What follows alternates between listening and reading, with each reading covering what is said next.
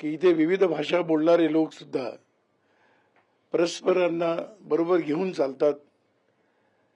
याच्यामध्ये कुठेही भाषेमुळे प्रश्न निर्माण होत नाही आणि म्हणून हे जगासमोर एक आदर्श उदाहरण आहे.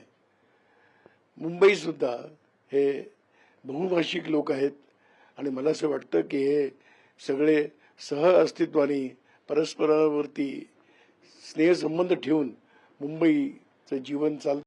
कॉमस्कोर नुसार आता isakal.com आहे देशातील नंबर 1 ची मराठी न्यूज वेबसाईट. प्रत्येक अपडेटसाठी isakal.com ला नक्की भेट द्या.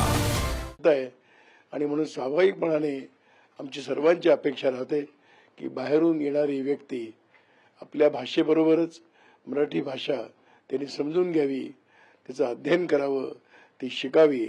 एक सांस्कृतिक दृष्टीने एक समृद्ध अशी ही आपली मराठी भाषा आहे, ती अनेकांनी अभ्यासावी अशीच आमची अपेक्षा आहे, इच्छा आहे.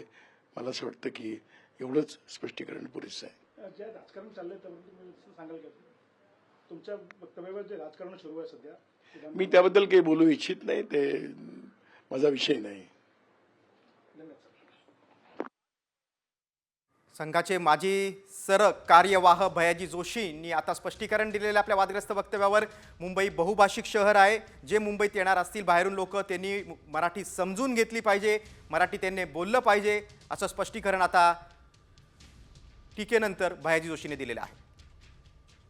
उद्धव ठाकरेंनी देखील भयाजी जोशींवर हल्लाबोल केला आहे. जोशी चिल्लर नसतील तर कारवाई करा असे ठाकरेंचे म्हणणं आहे. विधानसभेत देखील याचे पडसाद उमटलेत आणि आता भयाजी जोशींनी स्पष्टीकरण दिलेलं आहे.